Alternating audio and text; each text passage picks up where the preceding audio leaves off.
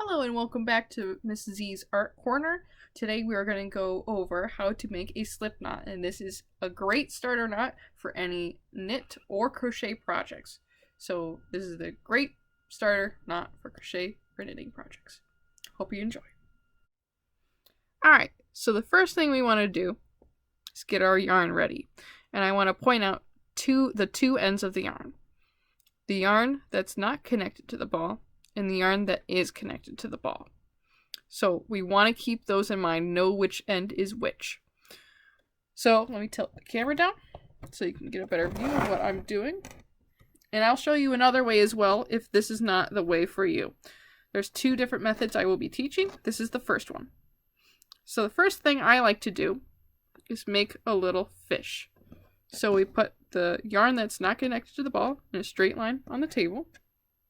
And then cross over. Let me get some more yarn. And then we're cross over top with the one that is connected to the ball of yarn.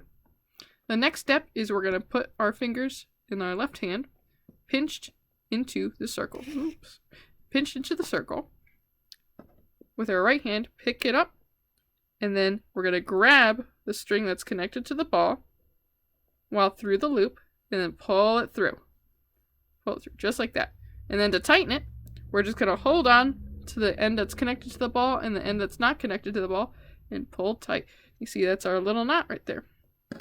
And then to make it tighter, what you do is you pull on the end. And that'll make the loop bigger or smaller. Just like that.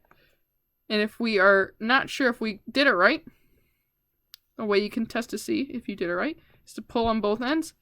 And if it disappears, we've done it right. It's called a slip knot because it'll slip right through. So here we go again. We make our little fish. Put our fingers in the head with the pinched fingers. Lift up the tail. Grab the yarn that's connected to the ball. Pull through the loop. And then tighten it. Alright, and the second method we can use, and we did it right because it came undone, is you take your finger in this end that is not connected to anything and wrap it around so you have two loops on your finger. 1, 2. We're going to take the one over here, pull it over, take the new one that's behind it, pull it all the way off your finger. And that is the second method how to do it. Does it work? It does. So let's do it again. We make two loops on our fingers. Take the one closest to your knuckle over here. Pull it over. Now we got a new one that's closest to the knuckle. And we're going to pull it over and off the finger completely. And that is your slip knot. And I'll do both methods once again. The fish method. Fish method.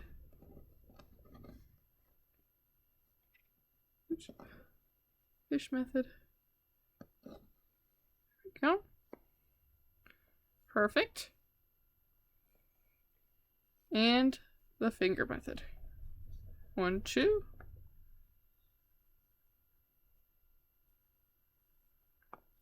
Awesome. And that's how you make a slip knot.